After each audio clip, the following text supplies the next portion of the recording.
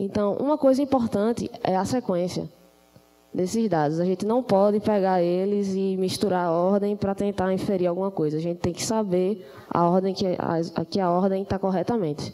Então, a gente não pode ficar brincando com a linha do tempo e pegar e ficar mudando as coisas. Eu esqueci de avisar, eu gosto muito de meme. Então, cara, vai ter um bocado aqui. Outra coisa, séries temporais, elas apresentam um comportamento dinâmico. E elas têm algumas características bem interessantes, que são tendências, ciclos, sazonalidade, e ela pode ter um comportamento que não representa a série, mas que está ali destoando tudo. E aqui a gente tem um exemplo massa. A gente tem aqui uma série, e aqui a gente tem uma tendência de subida. A gente tem um movimento que se repete ao longo do tempo, e a gente tem aqui uma parte que é aleatória, que a gente não consegue prever e que a gente não saberia dizer olhando a partir dessa daqui. Isso aqui, essa parte da série, a gente chama, quando a série está assim, a gente chama de uma série estacionária.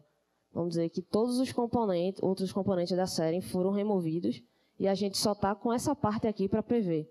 E a gente vai trabalhar com isso para prever a série. Pronto. Aqui, opa.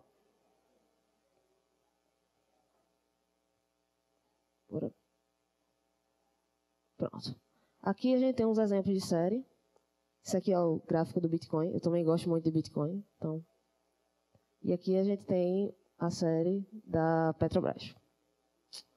Pronto. Para prever séries temporais, a gente quer fazer algumas coisas. A gente quer entender o comportamento da série. A gente quer saber como ela se comporta em determinado período do ano, quando determinado comportamento acontece. A gente quer encontrar um modelo para poder prever o resultado, porque a gente quer, vamos dizer, se dar bem, ou ganhar dinheiro, sei lá, o que você quiser. E explicar como o passado afeta o futuro. Vamos dizer, nessa palestra, a gente vai tentar entender isso aqui um pouquinho. E o que é que a gente vai usar? Eu disse que eu gostava de Bitcoin, não disse? Pronto. A gente vai tentar ficar rico, prevendo qual será o preço do Bitcoin. Esse aqui é um desafio que eu peguei no Kaggle, sei lá, que é um site de datasets que a gente pode chegar e pegar um bocado de dados para poder analisar. E esse aqui foi um desafio que eles lançaram para todo mundo tentar prever qual seria o preço. A coisa interessante foi, eles pegaram o preço do Bitcoin desde 2013 até 31 de julho desse ano, 2017. Porque no dia 1 de agosto ia acontecer um evento novo que ia dividir a rede do Bitcoin em duas. Então, ninguém sabia como isso ia se comportar, ninguém sabia o que ia acontecer, estava todo mundo com medo o que é que o preço ia fazer, meu Deus do céu. E estava todo mundo querendo prever e ver quem acertava e quem criava um modelo legal para prever esse comportamento. Então, foi esse o desafio. A gente vai olhar dois tipos de modelos. A gente vai ver modelos estatísticos e modelos algoritmos. Por quê? Porque a gente tem que ter uma base assim, estatísticas para ver, entender como é que as coisas funcionam e depois a gente vai tentar fazer isso via código. Beleza. Vamos começar com o probabilístico. Tem esse modelo que é o ARIMA, que é um modelo autorregressivo integrado com médias móveis. E ele é o modelo, vamos dizer, mais comum na literatura. Ele é um modelo que, se você for estudar séries temporais, ele é a base para você começar a estudar. Então, o que é que ele diz? Ele captura a autocorrelação através de AR, que é autorregressivo, e MA, que é médias móveis. Não se preocupem que a gente vai falar, eu vou explicar isso aqui mais na frente, com detalhes.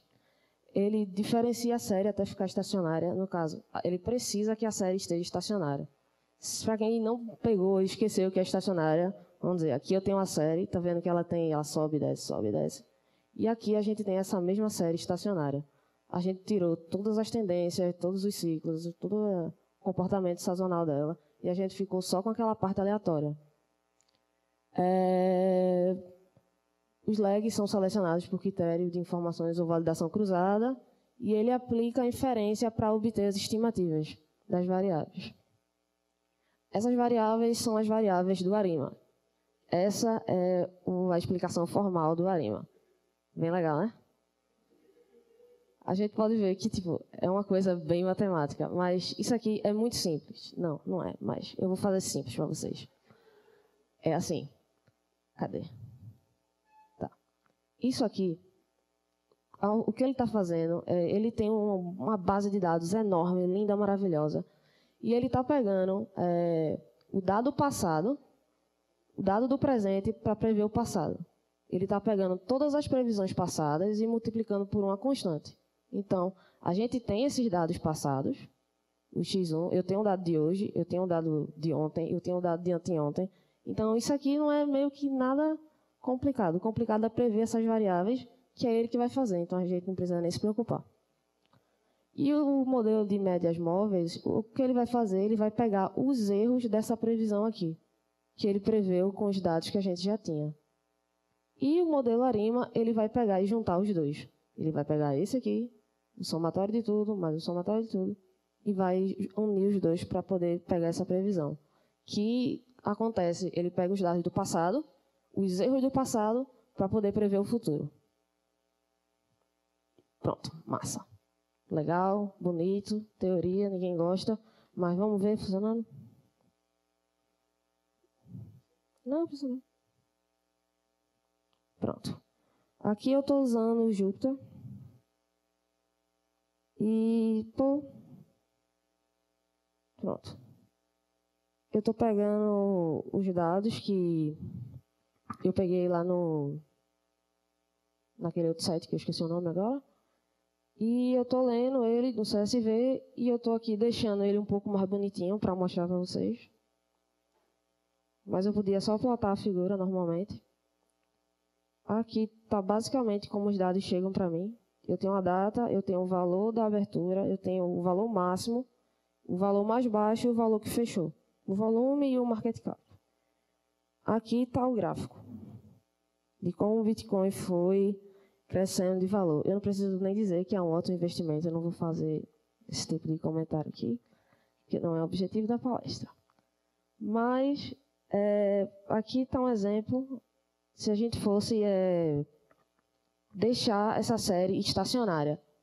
A gente tirou todo o comportamento de tendência, todo o comportamento sazonal dele, e a gente ficou só com a parte aleatória dele. É bem complicado porque o Bitcoin ele tem vários comportamentos que ele tem a ver com notícia e com a China fazendo sei lá o quê. Mas é interessante que a gente ainda consegue ter umas previsões legais, mesmo considerando esses eventos aleatórios.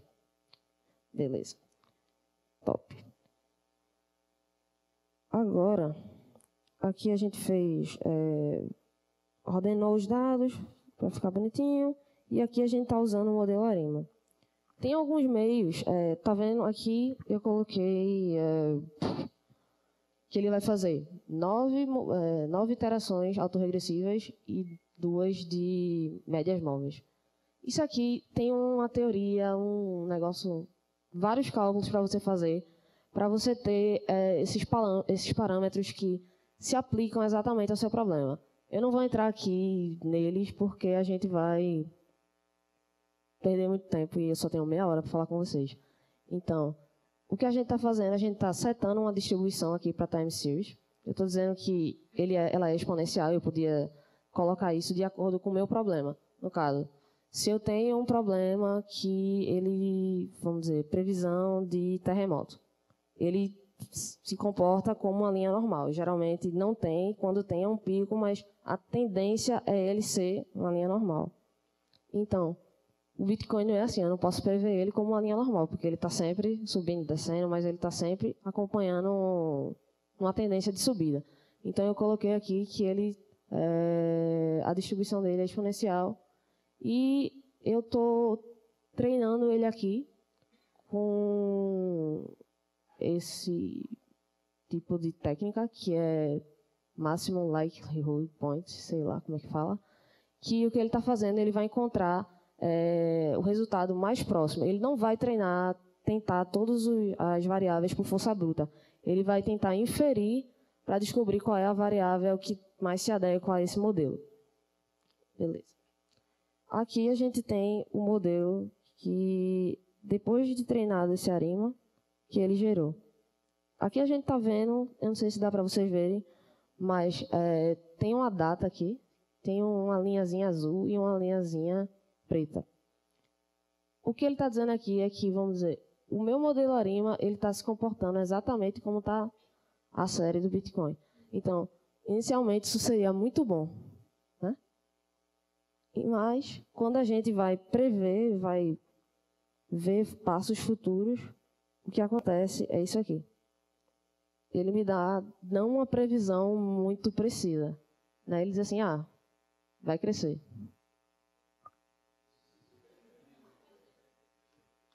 Valeu. Top. Aí, sabe o que realmente aconteceu? Não. Já mostrei o código. Pronto. Isso aqui foi o que aconteceu. Ele subiu realmente, mas deu uma quedinha ali, o pessoal ficou com medo, muita gente tirou dinheiro, perdeu dinheiro, mas isso não é importante também. Então, o ARIMA ele tem algumas limitações. Ela é uma técnica clássica, mas ela não se comporta bem para prever problemas que não são lineares. E ele não se comporta bem só para prever o Bitcoin, ele também não se comporta bem para prever qualquer outro tipo de moeda. Então, se você está querendo ficar rico feito eu, prevendo o comportamento dessas moedas, não use o ARIMA. Mas se você quer usar ele para prever, vamos dizer, qualquer tipo de comportamento cíclico, qualquer tipo de comportamento sazonal, qualquer tipo de comportamento em relação à vazão, em relação a terremoto, ele se comporta muito bem. Então, depende do seu problema e ele pode ser uma boa arma para vários outros problemas. E está aqui alguns papers de um pessoal que usou e que achou resultados muito satisfatórios. E aqui tem outras técnicas para depois, se vocês quiserem olhar direitinho, eu vou deixar esses slides disponíveis. E aqui está um pessoal que ousou a usar técnicas estatísticas para prever o Bitcoin. Alguns projetos desses são bem legais, se vocês quiserem olhar, é bem interessante. E pronto, modelos de previsões, algoritmos. A gente vai usar para prever redes neurais. Eu queria usar outra coisa, mas ela foi aqui, faz um trabalho melhor, então a gente vai ter que usar ela, né? Então, quem aqui já sabe o que é redes neurais? Quem viu a palestra da menina que falou de redes neurais? Acho que foi ontem. Foi legal? Foi legal. Top. Então, redes neurais, eles têm uma inspiração biológica e eles conseguem lidar com problemas dinâmicos. E a inspiração deles é o cérebro humano, porque eles são redes neurais. E eles são excelentes para prever modelos não lineares, que é exatamente o que a gente está querendo prever. Pronto. Existem, acho que, uns 3 tipos básicos de rede neural, que é aquele que você estuda na faculdade. Você vai lá e você geralmente dá essas 3 coisas na cadeira, que é o Perceptron, que é a rede neural com um neurônio só, e ele só consegue prever problemas lineares, que a gente consegue separar com a reta. Se tiver um pouquinho mais de complexidade, a gente não consegue prever, e a gente tem que recorrer a uma MLP, que é basicamente essa rede aqui, que está na figura, e onde tem as entradas, a gente tem os pesos ligando as entradas a essa camada escondida, e a gente tem uma saída. Top. Massa. E a gente tem o RBF, que é uma rede de funções radiais, que são funções para prever, são funções específicas para séries temporais, elas conseguem prever de maneira melhor. Mas não é essa rede que a gente vai usar, porque a gente vai usar essa aqui, que é LSTM, eu não vou dizer o nome em inglês. Mas a ideia por trás dessa rede é, a gente consegue manter a memória, um tipo de memória na rede. Uma rede neural normal, geralmente, a gente só treina a rede e a gente passa conhecimento treinando ela e propagando o erro. Com essa rede não, a gente consegue manter um tipo de informação.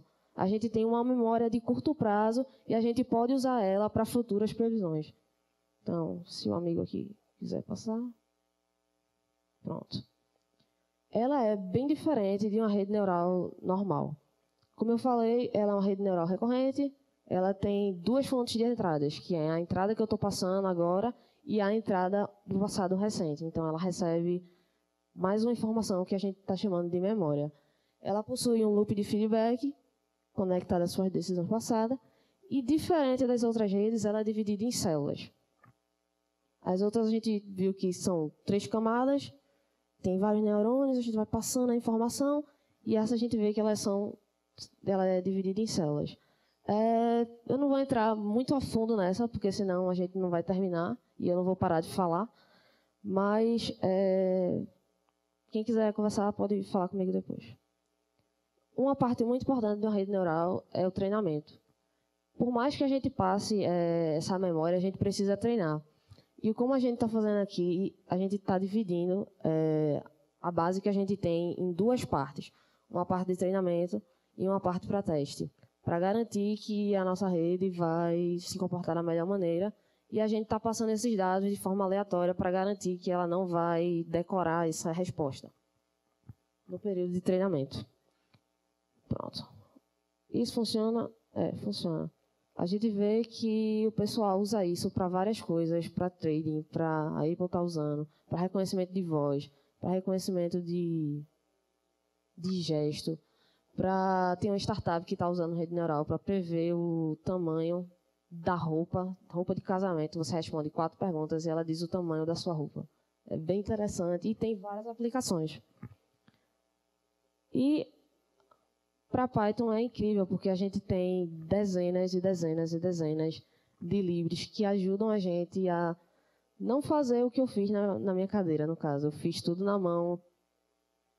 Meu Deus do céu, foi um trabalho enorme. Mas aqui a gente se concentra na parte importante.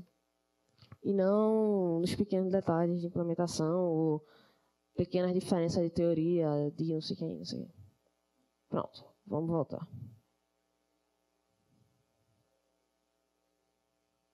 Pronto. A gente vai usar uma LSTM. A gente está usando a lib do TensorFlow.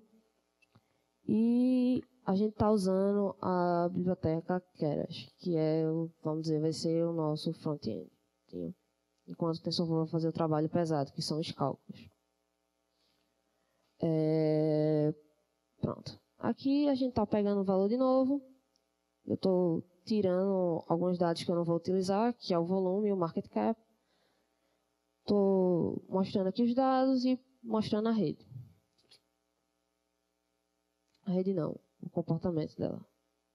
Uma coisa muito importante quando você for fazer ou trabalhar com redes neurais, é que você tem que normalizar a base. Você não pode pegar a sua base e colocar ela como entrada diretamente. Você tem que normalizar ela e deixar ela, vamos dizer, geralmente, tem um valor que é, vamos dizer, 1000 e um valor que é 1. A rede vai tender a dar mais importância ao valor que é 1000 e não ao valor que é 1. Então, a gente vai diminuir essa diferença entre eles para que ele consiga tratar essas diferenças de maneira correta. Então, aqui a gente está normalizando os valores. O que antes era 2.000 e não sei quanto, 3.000 e não sei quanto, agora é 0,02, 0,2, 0,1, para tentar fazer com que a rede se comporte melhor. Aqui a gente dividiu a base na base de treinamento e na base de teste. A gente vê que a gente usou 85%. Aqui eu estou carregando esses dados, porque eu gosto de fazer radical, eu não gosto de fazer só chamar o método. E aqui é onde eu estou construindo a minha rede. A gente está usando o Keras e a gente está usando uma rede sequencial. No caso, são várias camadas que a gente vai usar.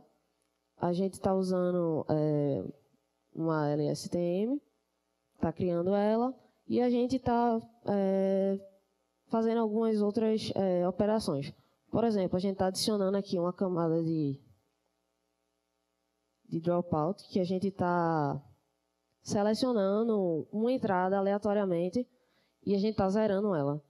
para evitar que essa rede, que dê um overflow e que essa rede exploda. A gente está também criando, essa rede ela tem 2 camadas, e ela tem essas 2 camadas densas que são camadas de processamento, é onde a gente vai realmente processar esses dados.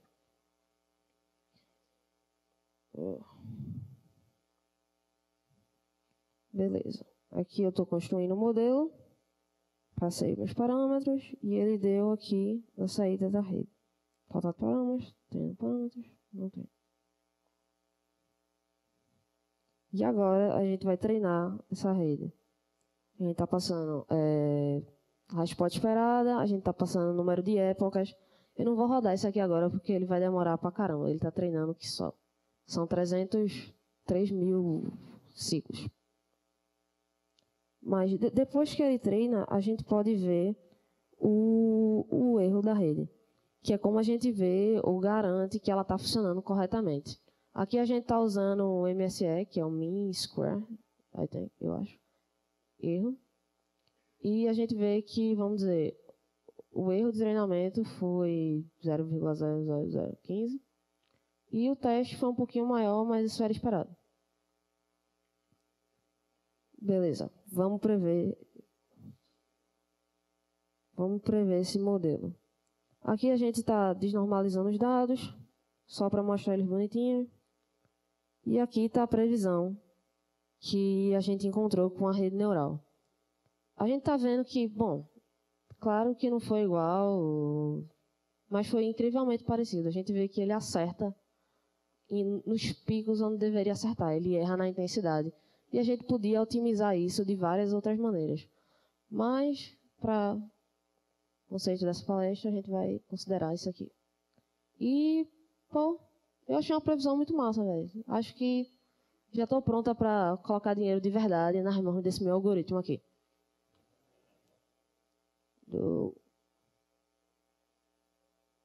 Ponto.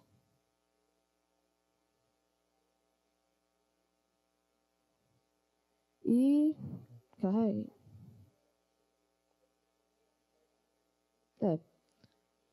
Pronto. E agora a gente está nadando em dinheiro, todo mundo está muito feliz. E é isso.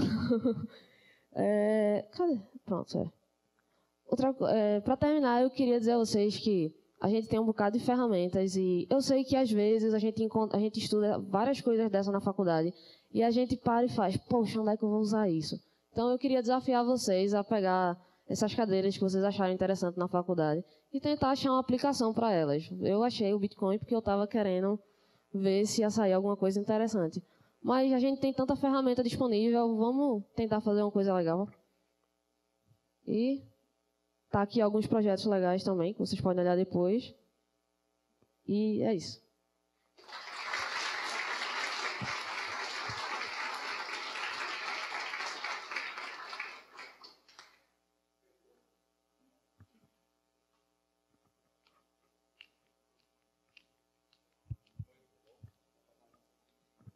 Uma palestra muito legal, parabéns, show de bola.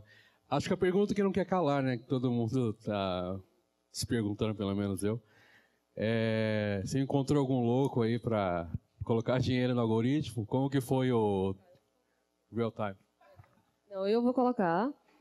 Não vou colocar tudo, não vou colocar uma quantidade mínima.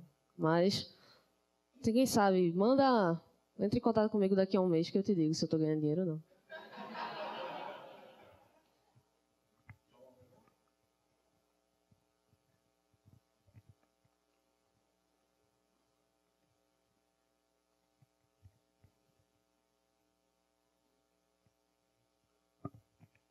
Bom dia. Bom dia. Eu queria te fazer 2 perguntas. Um sobre a função de normalização que você usou. Sim. Se ela depende do problema ou se você prefere aplicar uma normalização, sei lá, sempre linear ou logarítmica, não sei. E a segunda seria sobre os parâmetros da rede neural. O que você faz para otimizar elas nesse caso? Se você usa algum algoritmo, né, de otimização não linear ou o que você prefere fazer? Assim? Normalização, em relação à normalização, eu uso geralmente a mesma para tudo. Eu uso essa daí sempre.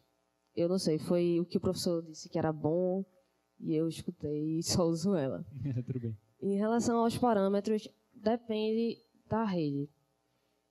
Por exemplo, quando eu estava preparando essa palestra, eu pensei em usar outra rede, uma rede de base radial. Então, como eu pensei em treinar esses parâmetros, eu pensei em usar um algoritmo genético para treinar esses parâmetros, para evitar ter que, sabe, para fazer uma coisa diferente, fazer um negócio legal. Mas meio que não funcionou, então eu voltei para o básico. Então, geralmente, eu uso o backpropagation para treinar uma rede. Geralmente, quando eu faço na mão, eu uso isso, mas é isso. Obrigado. Não. Temos tempo para mais uma pergunta? Beleza, então.